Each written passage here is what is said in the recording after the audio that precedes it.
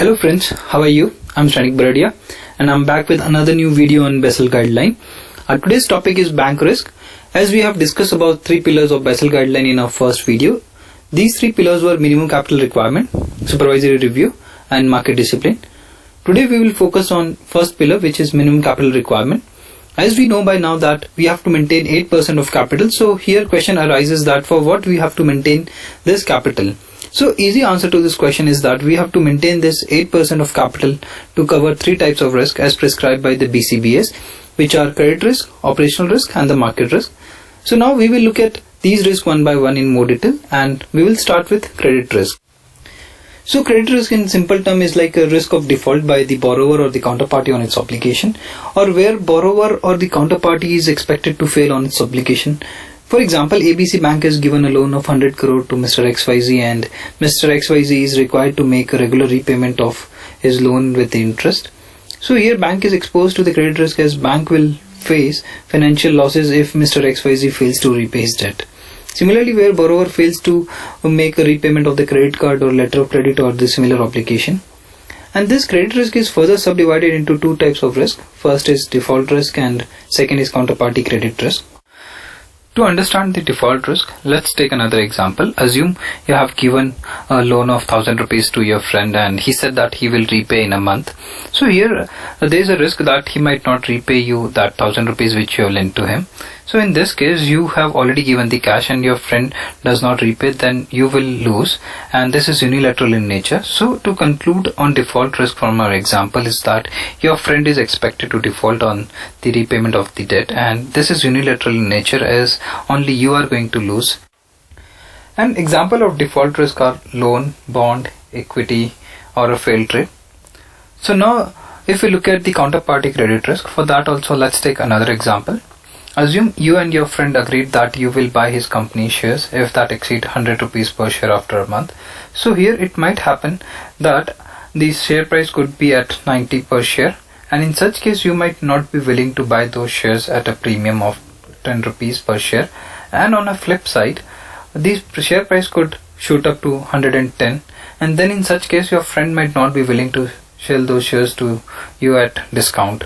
So in this situation, both you and your friend could lose depending upon the price of the shares, and if the price is in your favor, then you are exposed to the counterparty credit risk, as your friend might not honor his obligation, and vice versa, where the price is not in your favor, then your friend is exposed to the counterparty credit risk, as you might not honor your obligation. And the best example of counterparty credit risk are OTC derivatives, secured financing transactions.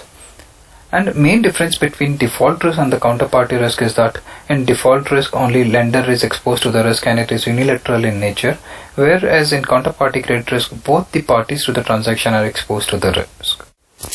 Now let's look at operational risk. So the operational risk is a risk of loss resulting from inadequate or the breakdown of internal process or people or a system. Generally operational risk occur due to human error or inadequate internal control. Classic example of operational risk is the Bearing Bank, which failed in 1995 due to operational risk and was sold for £1 to ING. Rogue Trader movie is based on that incident, and I would recommend you to watch that movie. Let's take another example. If there is a check payment of 5 lakhs, but by mistake bank manager transfers 5 crore and caused a huge loss to the bank, and this loss is due to human error or a operational risk. Now let's move on to market risk. In simple word, market risk is a risk of loss due to change in the market price, and if we look at BCBS definition, it says that it is a risk of loss from on balance sheet or the off balance sheet position arising from the movement in the market price. And this risk is subject to the two requirements. First, the risk is pertaining to interest rate instrument and the equity in the trading book, and the second is the foreign exchange risk and the commodity risk throughout the bank. So we have to maintain a capital for the interest rate instrument and equity only pertaining to the trading book. However, for the foreign exchange risk and the commodity is across the trading book and the banking book.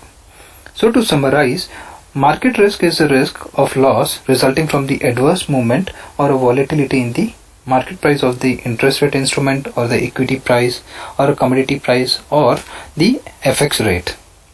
Here again we will take the same example as we have considered for the counterparty credit risk, where we have discussed that you and your friend agreed that you will buy his company shares if that exceed 100 rupees per share.